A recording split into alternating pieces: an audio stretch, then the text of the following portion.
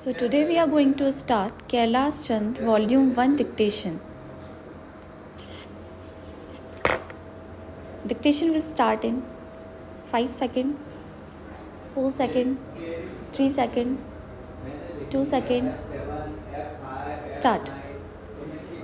Now sir, honorable members will recall that the bill was introduced in the House of the People on the 2nd September 2003.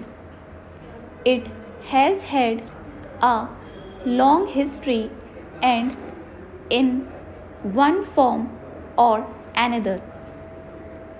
It has been before the public since the end of 1949.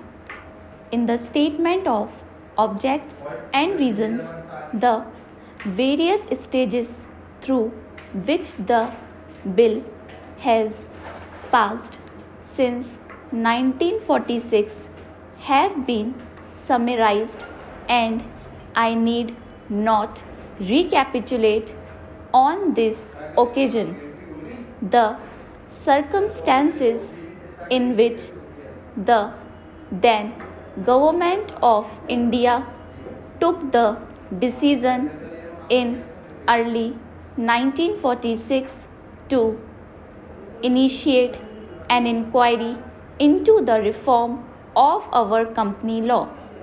I would remind honorable members that between 1946 and 1948, the entire field of company law was carefully reviewed by two distinguished company law lawyers who were appointed to recommend the broad lines on which the present act should be revised.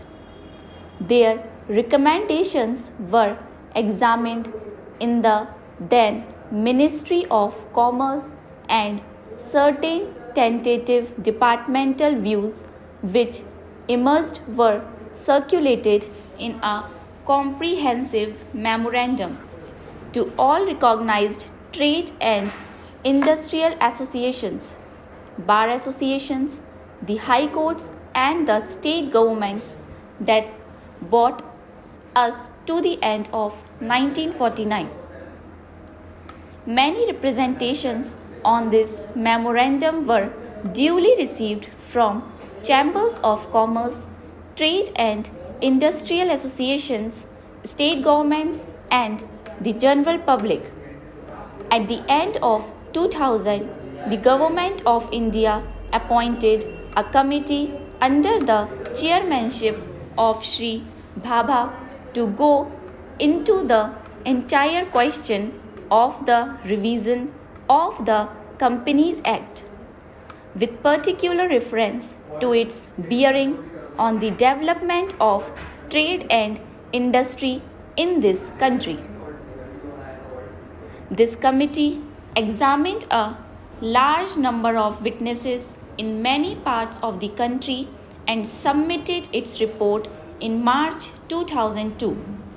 This report again was circulated to all state governments, chambers of commerce, trade associations, high courts, and many other bodies.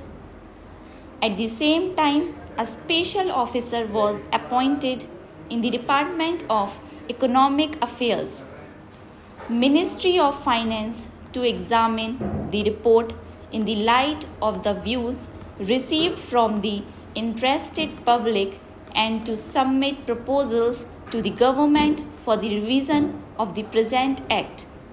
The bill now before the House is based largely on the recommendations of the Company Law Committee, modified in a few particulars.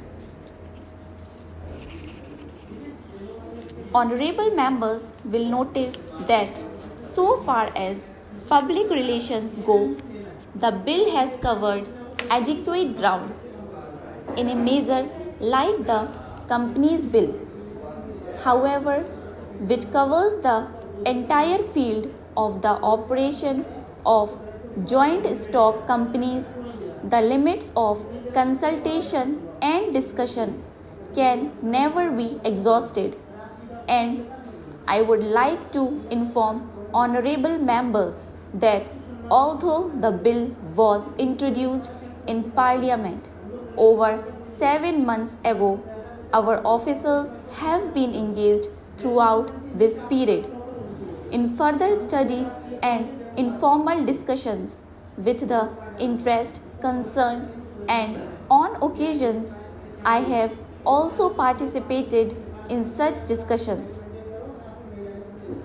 I have also given some further thought to some of the issues arising out of the bill, and I propose at the appropriate stage to bring before the Select Committee any changes in the provisions of the bill which seem to me to be worthy of consideration in the light of this further examination. Now, honorable members would have noticed that the bill contains 6 clauses and 12 schedules.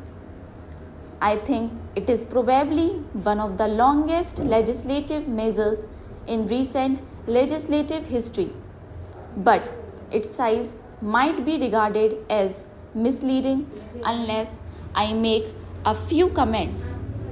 The bill is both, one must remember, a consolidating and amending measure.